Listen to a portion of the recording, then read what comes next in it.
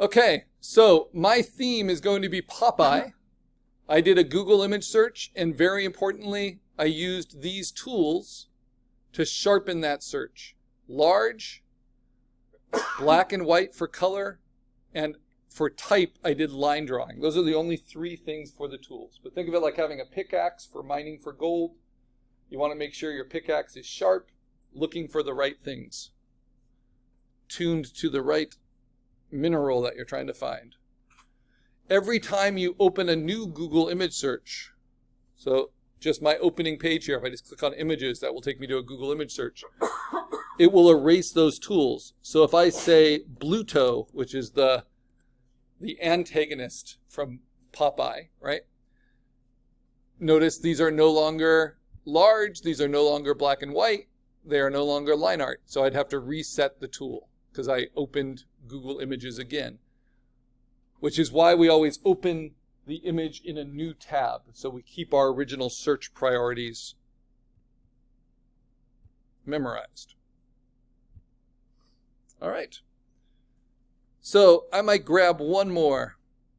So if I click on this one, this looks really good. It comes from Instagram. We know that there are a lot of images on Instagram, right? Problem is, it says it's over 1,000 pixels. It's 1,400 by 1,500. But Instagram has protected images in their directory. So when I open it in a new tab,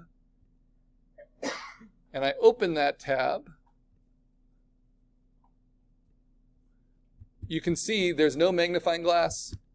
That is the image. And that is not 1,400 by 1,500 pixels. And if I zoom in on that with Command Plus, I'm going to see that the quality of it's pretty terrible.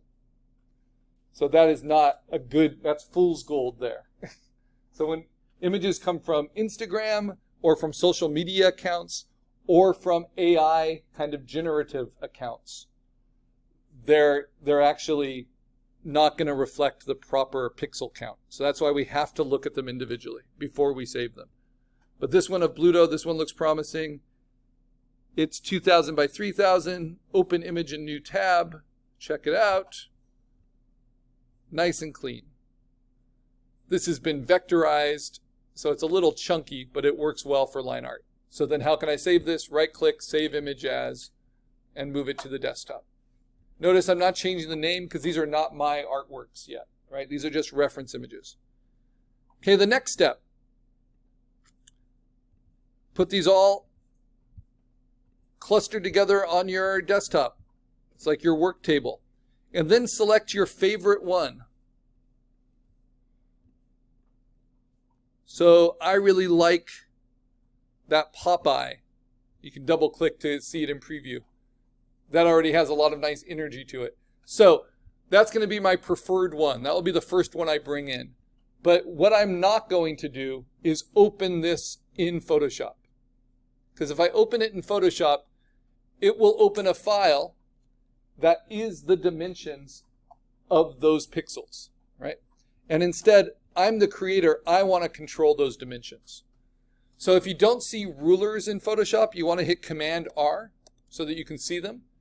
And what you see is that this image is 16 inches by 14 inches in physical dimensions, but it's only 72 pixels per inch. That's because 72 pixels per inch is screen resolution. So I'm going to close this, and instead we're going to open Photoshop, and we're going to say File, New, because we want to determine the pixel size of this project so that we can print it, use it in our portfolio.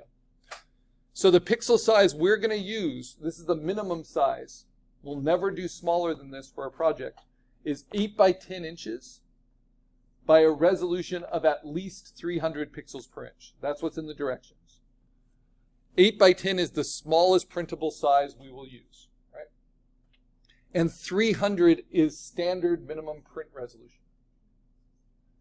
I like to go 50 pixels per inch higher than that. I call that my studio resolution. So what I'm putting in here is File, New, and I'm going to name the file with my first name. Please name it with your name, and then a description. So this is Popeye Jumble Exercise 1. And then I set its width in inches, not in pixels, not in centimeters or anything else, in inches, 8 inches wide. This will be true for all of you. 10 inches tall, because those are the mats we use for the midterm. And then for the resolution, which is expressed through pixels per inch, not pixels per centimeter, we want 300 minimum, but I'm going to put 350. And since we're using Photoshop, Photoshop's plenty fast, we can put 350. That just makes it a little bit bigger. So if we want to zoom in a little bit, we still have good print quality. That should give me just a white grid. If it gives you something other than a white grid, go to File, New, and under Background Contents, select white. That should be the default. And then when you create, this is what you'll get. You can always check in the bottom left-hand corner of your Photoshop window, 8 by 10 inches, 350 pixels per inch. We're good to go. Now we've got the potential for a pixel grid that's really high quality. Now I'm going to go to my desktop and I'm going to pick my favorite one and I'm going to drag and drop it in to my canvas. Now remember, when I opened it in Photoshop before, it came in nice and sharp. Right now it looks really blurry. But that's because we are moving a file into a destination that we created. And so what the blurriness is just a preview. And what this blue box with the X through it is what's called a transform box. This is what I want you to play a lot with. The transform box allows you to change its scale, to rotate it by clicking outside of it and rotating. Just like messing with images in Google Slides or something. And if you right-click within the transform box, you get a bunch of other options. My favorite of which is warp. So I can do things like flip it. I can right-click it and warp it. And warp is pushing it around like it's silly putty on this 9 square grid. And I can kind of stretch it to be a more interesting shape. All right. Then, in order to clear the transform box and to get it to show up clean, you have to hit return. And return is different than enter. So the return on your keyboard. Now, I'm going to bring in my others. So what's my second favorite one? It's probably this one. So I'm going to drag and drop it in. It's going to come in as a new layer on top with the transform box.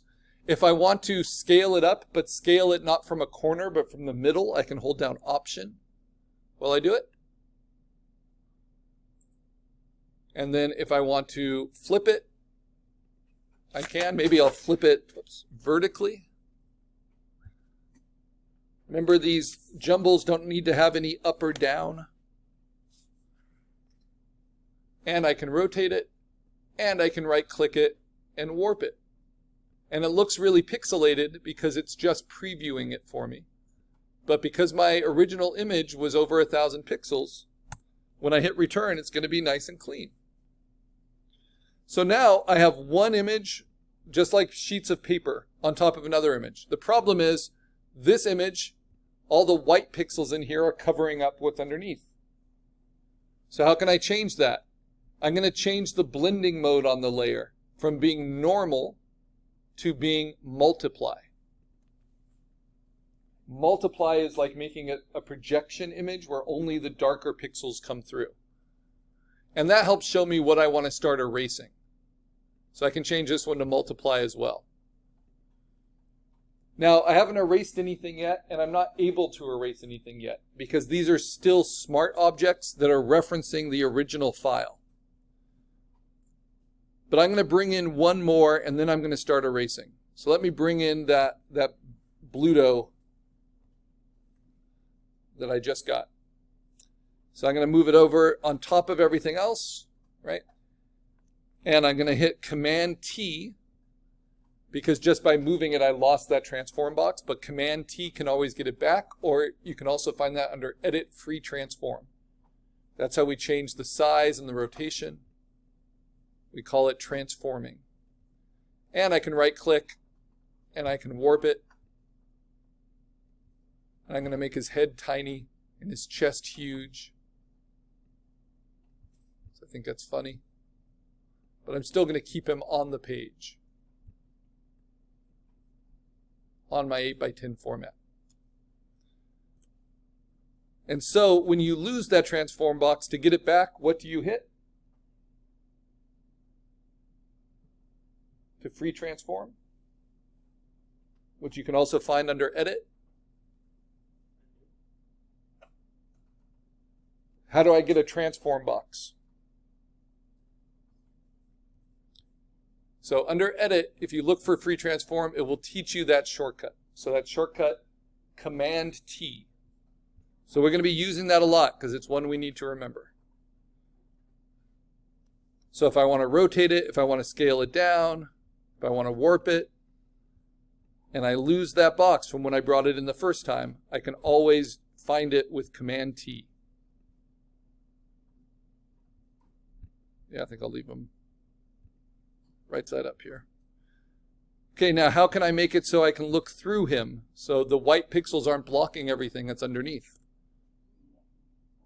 Yeah, so we changed the blending mode on that layer from normal to multiply. And now it's like I've cut out all those black lines. Okay, I only have 3 layers. I don't have the required 5 yet, but I'm going to show you what's next. Once you have sized and transformed your image in the way you want, and to place it, you can use the Move tool, which is at the very top, and I can just kind of move it around. How do I now erase from it? Well, we're going to use the Lasso tool. It's the 3rd tool down. If it's not showing the lasso, it might show the selection brush. That's not very useful. So just hold down on that 3rd spot. They're called tool drawers. Open it up until you get the Lasso tool, and then the lasso will stay there.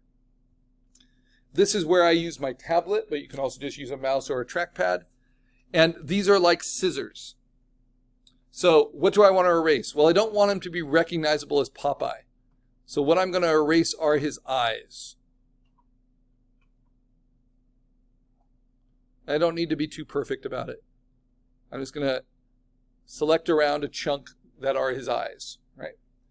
And then I'm going to hit delete, but it's not going to work because it's still a smart object, which means it's still referencing that original file right there. So if I hit delete, it will give me a warning. Could not use the Move tool because the smart object is not directly editable. Or it cannot delete because the smart objects, you cannot change the pixels, you can only modify them. So how do I make it so it's not a smart object? I right click on the layer and I say rasterize. And like we went over last class, rasterize means pixel based. That means we're turning the pixels from an outside source into our own pixels that we get to modify. It takes up more memory, but it allows us to do things like erase. And you'll notice the difference between the rasterized layer and the ones that aren't rasterized is the smart objects will have that little black box in the corner of their layer preview. So now that doesn't have the black box, which means if I hit delete now, it will cut away. Let's do it to this one. This one has a lot that I need to erase, right? I don't want this border. I don't want the words. I don't really want the dog. So what do I need to do? I need to right click and rasterize the layer. And then I can go around with my lasso. Let's get rid of that dog.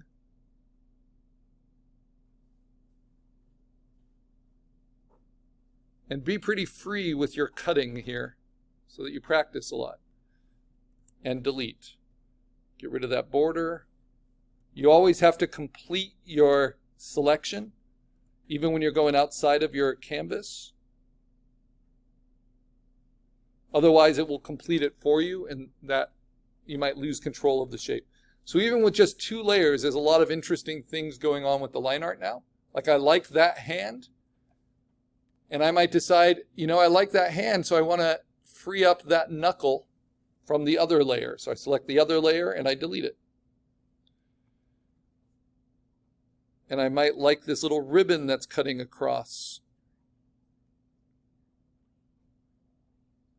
So I'm going to select that out from this layer, which I can test with the eyeball, and then delete it. So now that ribbon shows through. Right. And then maybe I don't like well, I won't go that far, but I can take out this part here